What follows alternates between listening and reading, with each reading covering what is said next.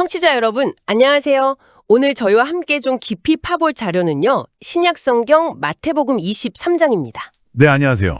여기 보면 예수께서 당시 종교 엘리트, 그러니까 서기관과 바리새인들의 그 위선, 아시죠? 겉과 속이 다른 거. 네네, 이걸 아주 강하게 비판하면서 경고하는 내용이 담겨 있어요. 맞습니다. 이 자료의 핵심은 딱 그거죠. 보여지는 모습하고 진짜 속마음 사이에 간극이 얼마나 위험할 수 있는지. 그래서 오늘 저희 목표는 이 텍스트를 통해서 당시 지도자들이 구체적으로 뭘 잘못했길래 이런 질타를 받았나, 그리고 이게 오늘날 우리한테는 또 어떤 의미가 있을까? 이걸 좀 같이 파헤쳐보는 겁니다. 준비되셨죠? 네, 좋습니다. 한번 시작해보죠. 이게 그냥 오래된 종교 문서가 아니고요. 뭐 리더십이라든지 진정성, 또 신념과 행동을 일치시키는 문제, 이런 보편적인 주제를 다루고 있거든요. 그렇죠. 여기 나오면 서기관들은 율법 전문가들이었고 바리새인들은 또 율법을 아주 철저하게 지키려고 했던, 당시에는 상당히 영향력 있던 그룹이었죠. 네, 존경받는 위치였을 텐데요. 그럼요. 그런데 예수는 이들을 향해서 화 있을진저 이걸 무려 7번이나 반복해요.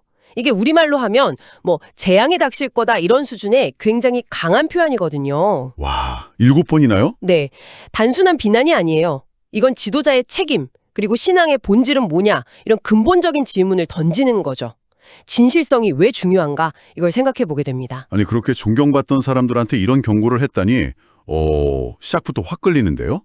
첫 번째 문제가 그거더라고요. 말 따로, 행동 따로. 맞아요. 1절부터 4절에 나오죠. 네, 모세의 자리. 그러니까 가르치는 권위는 있는데 정작 본인들은 그렇게 안 산다는 거잖아요. 그렇죠. 특히 그 4절 비유, 무거운 짐은 남들 어깨에 지우면서 자기는 손가락 하나 까딱 안 한다. 아, 이거 너무 날카롭지 않아요? 정말 뼈아픈 지적이죠. 이게 그냥 게을러서 그런 걸까요? 아니면 뭔가 더 깊은 이유가 있을까요? 글쎄요. 단순히 게으름이라기보다는 그 권위와 책임 사이의 불균형 문제 같아요. 아, 권위와 책임. 네. 모세의 자리라는 건 율법을 해석하고 공동체를 이끌어야 하는 아주 무거운 책임이 따르는 자리잖아요. 그렇죠. 근데 이 사람들은 그 권위에서 오는 존경이나 혜택은 좋아하면서 정작 그 책임, 그러니까 율법의 진짜 정신, 뭐 사랑이나 정의, 자비 같은 거요.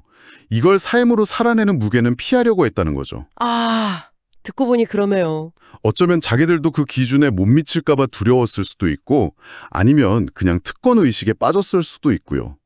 중요한 건 그 행동이 가르침의 진정성을 완전히 깎아내리고 공동체에는 부담만 줬다는 거예요. 권위는 누리고 책임은 피한다. 와, 핵심이네요. 이어서 5절부터 12절은 동기 문제를 지적하는 것 같아요.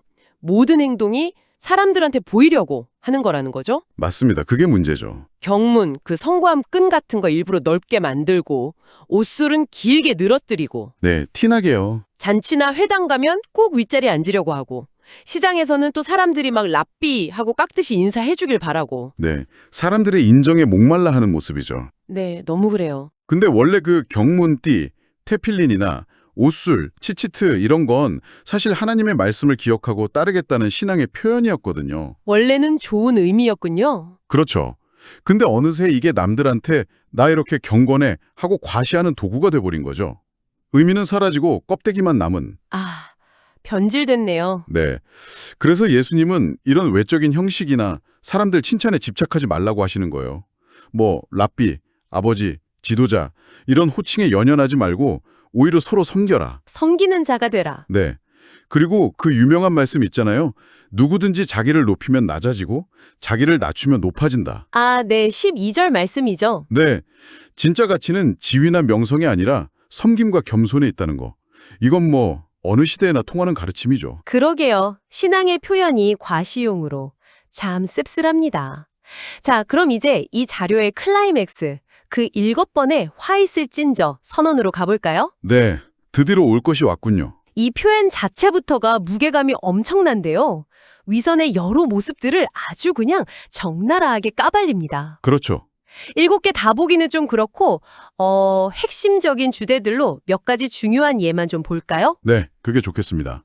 이 7가지 화는 위선이라는 문제를 정말 다각도에서 해부하고 있어요. 첫 번째랑 두 번째 화 13절, 15절부터가 상당히 충격적이에요. 네, 어떤 내용인데요? 종교 지도자들이 오히려 사람들 영적인 길을 막고 심지어 망칠 수도 있다는 경고거든요. 아, 맞아요. 13절에 그들이 천국 문을 사람들 앞에서 닫아버린다. 자기도 안 들어가고 남도 못 들어가게 한다. 이런 내용이 있었죠? 네. 그리고 15절은 더 심각해요. 어렵게 한 명 개종시키면 자기들보다 배나 더 지옥 자식으로 만든대요. 와, 아니 좋은 영향을 줘야 할 사람들이 오히려 해악을 끼친다니. 이건 진짜 심각한 거 아닌가요? 그렇습니다. 이게 바로 지도자의 위선이 개인을 넘어서 공동체 전체, 심지어 다음 세대까지 얼마나 파괴적일 수 있는지를 보여주는 거예요. 아, 무섭네요. 그들의 잘못된 가르침이나 본을 따르는 사람들은 진짜 신앙에서 점점 더 멀어질 수밖에 없다는 거죠. 열정만 있고 방향이 틀린 리더십이 얼마나 위험한지. 여기서 핵심은 위선은 전염성이 강하고 특히 영적인 영역에서는 치명적일 수 있다는 겁니다. 위선이 전염성이 강하다. 오, 기억해야겠네요. 다음으로 세 번째, 네 번째 화는 중요한 거랑 덜 중요한 걸 혼동하는 문제를 다루는 것 같아요. 네, 맞아요.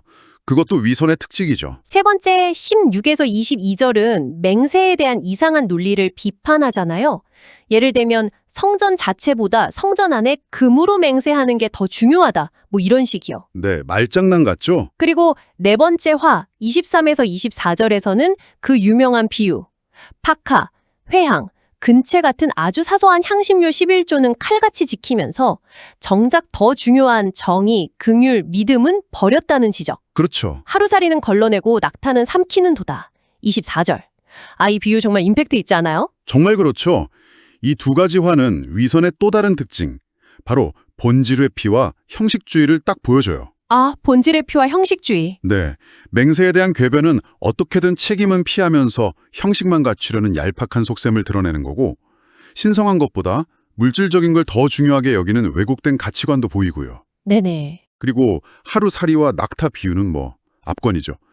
아주 사소한 규정, 그 하루살이에는 막 집착하면서 정작 정의, 자비, 신실함 같은 근본 가치, 즉 낙타는 그냥 꿀꺽 삼켜버리는 모습. 이거 오늘날에도 우리 주변에서 쉽게 볼 수 있는 모습 아닐까요? 그러게요. 진짜 많죠. 여기서 얻을 핵심 교훈은 이거예요. 종교적인 열심이나 규칙 준수가 윤리적 책임이나 핵심 가치를 대신할 수는 없다. 오히려 때로는 그런 형식적인 것들이 중요한 본질을 가리는 가림막이 될 수도 있다는 경고죠. 규칙 준수가 본질을 가리는 가림막이 될 수 있다. 와, 이것도 진짜 중요한 지적이네요. 겉으로는 막 열심히 하는 것 같은데 실제로는 중요한 걸 놓치고 있을 수 있다. 네, 그럴 수 있죠. 자, 그럼 다섯째, 여섯째 화 25에서 28절. 이건 다시 한번 겉과 속의 불일치, 그 내면의 부패 문제를 정면으로 다루네요. 이번에도 이미지가 아주 강렬하죠. 네, 아주 생생합니다. 25절에서는 잔과 대접의 겉은 깨끗하게 닦는데 그 안은 탐욕과 방탕으로 가득 차 있다고 해요. 겉만 번지르르. 네, 속은 더럽다는 거죠. 그리고 27절에서는 한술 더 떠서 그들을 회칠한 무덤에 비유해요. 아, 그 유명한 비유. 네, 겉은 하얗게 칠해서 아름답게 보이는데 그 안에는 죽은 사람 뼈랑 온갖 더러운 것들로 가득 차 있다. 와, 진짜 섬뜩할 정도죠. 네, 정말 섬뜩해요. 이 비유들의 핵심 메시지는 명확합니다. 겉모습 꾸미는 것보다 속, 내면을 깨끗하게 하는 게 먼저다. 26절에서 직접 말하잖아요. 먼저 안을 깨끗이 하라. 그리하면 겉도 깨끗하리라. 모든 건 안에서부터 시작된다는 거예요. 는 헛된 시도라는 거죠. 회칠한 무덤이라 정말 강한 표현이네요. 겉모습 신경 쓰기 전에 속부터 깨끗이 하라. 알겠습니다. 마지막 일곱 번째 화 29에서 36절은 좀 더 복잡한 것 같아요. 과거 잘못은 비판하면서 현재 자기들 위선은 정당화하고 그러면서 결국 조상들 죄를 똑같이 반복하는 그런 모습인가요? 정확합니다. 이 사람들이 과거 조상들이 의로운 선지자들을 죽였다고 막 비판해요. 그러면서 우리가 그때 살았으면 안 그랬을 텐데 이렇게 말하죠. 29에서 30절. 네, 입으로는요. 그렇죠. 그런데 예수님은 바로 지금 너희들이 나랑 내가 보낸 사람들을 박해하고 있지 않냐? 너희야말로 선지자를 죽인 자의 자손이라는 걸 스스로 증명하고 있다. 이렇게 말씀하시는 거예요. 아, 행동이 증명한다. 네, 과거의 잘못은 입으로 비난하면서 행동은 똑같이 하고 있는 거죠. 그러면서 뱀들아, 독사의 새끼들아 33절 이런 극단적인 표현까지 쓰시면서 헉! 그들이 조상들의 죄악을 마저 채울 거고 역사적으로 흘려진 모든 의로운 피에 대한 책임을 결국 지게 될 거라고 경고하십니다. 35에서 36절. 와, 무섭네요. 이건 역사적 죄악은 반복될 수 있다. 그리고 자기 성찰 없는 위선이 얼마나 위험한지를 아주 강하게 경고하는 메시지예요. 과거에서 배우지 못하면 결국 같은 실수를 반복하게 된다는 정말 준엄한 지적이죠. 과거를 비판하면서 현재의 잘못은 합리화하는 모습. 이것도 진짜 생각할 거리를 많이 주네요. 자, 이렇게 7가지 화를 통해서 강렬하게 비판하신 다음에 마지막 부분 37에서 39절은 분위기가 확 바뀌어요. 네, 그렇죠. 예루살렘을 향한 어떤 깊은 슬픔, 안타까움 같은 게 느껴져요. 암탉이 그 새끼를 날개 아래 모음같이 내가 내 자녀를 모으려 한 일이 몇 번이냐. 그러나 너희가 원하지 않았다. 37절. 이 탄식은 정말 애절하게 들리는데요. 네, 여기서 예루살렘은 그냥 도시 이름이 아니라 이스라엘 전체 그리고 하나님의 백성을 상징하는 걸로 볼 수 있어요. 아, 상징적인 의미군요. 네, 암탉과 병아리 비유는 하나님의 그 끊임없는 사랑과 보호의 손길을 보여주는 거죠. 그런데 백성들이 스스로 그걸 거부했다는 거고요. 네. 그 결과가 뭐냐? 38절, 보라, 너희 집이 황폐하여 버려진 바 되리라. 하나님의 보호를 거부한 대가는 결국 황폐함과 상실이라는 거죠. 아, 슬픈 예언이네요. 근데 여기서 끝이 아니에요. 39절에 이제부터 너희는 찬송하리로다 주의 이름으로 오시는 이여 할 때까지 나를 보지 못하리라 라는 말씀이 있거든요. 네, 그건 무슨 뜻일까요? 이건 그들이 메시아로서의 예수를 진짜로 인정하고 받아들일 때, 그러니까 회개하고 돌아설 때 그때 비로소 회복의 길이 열릴 거다 라는 어떤 마지막 희망과 요구를 담고 있다고 해석할 수 있어요. 아, 희망의 여지를 남겨두신 거군요. 네, 거절과 위선의 끝은 단절이지만 진정한 인정과 회개를 통해서 관계가 회복될 수 있다는 여지를 남기는 거죠. 결국 이 모든 강한 비판과 경고가 그냥 파괴하려는 게 아니라 돌아오라, 회개하라는 촉구였군요. 그렇죠. 근본적으로는요. 오늘 저희가 살펴본 이 마태복음 23장은 위선, 즉 말과 행동의 불일치, 겉과 속이 다른 것이 개인과 공동체에 얼마나 치명적인지를 정말 여실히 보여줬습니다. 네, 남에게 보이려는 신앙, 규칙에 얽매여서 본질, 그 정의, 자비, 믿음 같은 걸 놓치는 문제, 또 겉은 화려한데 속은 썩어 있는 상태 등등 정말 많은 포인트들이 있었어요. 청취자 여러분은 이 이야기 속 모습들 중에 어떤 게 오늘날 우리 사회 혹은 내 모습과 가장 좀 닮아 있다고 느끼셨나요? 네, 이게 2000년 전 특정 종교 지도자들을 향한 것이지만 그 메시지는 시대를 넘어서 우리 모두에게 깊은 울림을 주는 것 같아요. 핵심은 결국 진정성에 대한 요구죠. 진정성. 네, 특히 다른 사람에게 영향을 미치는 위치에 있거나 어떤 가르침이나 가치를 전달하는 역할을 맡은 사람들에게는 이게 더욱 무겁게 다가올 거예요. 그렇죠. 책임감이 따르니까요. 네, 내가 말하고 믿는 게 내 실제 삶과 얼마나 일치하는가. 사람들의 시선이나 겉모습보다는 내면의 동기나 가치를 더 중요하게 여기는가? 이런 질문들을 계속 던지면서 자신을 돌아보고 겉과 속이 일치하는 삶을 살아가라는 아주 강력한 도전 인생죠.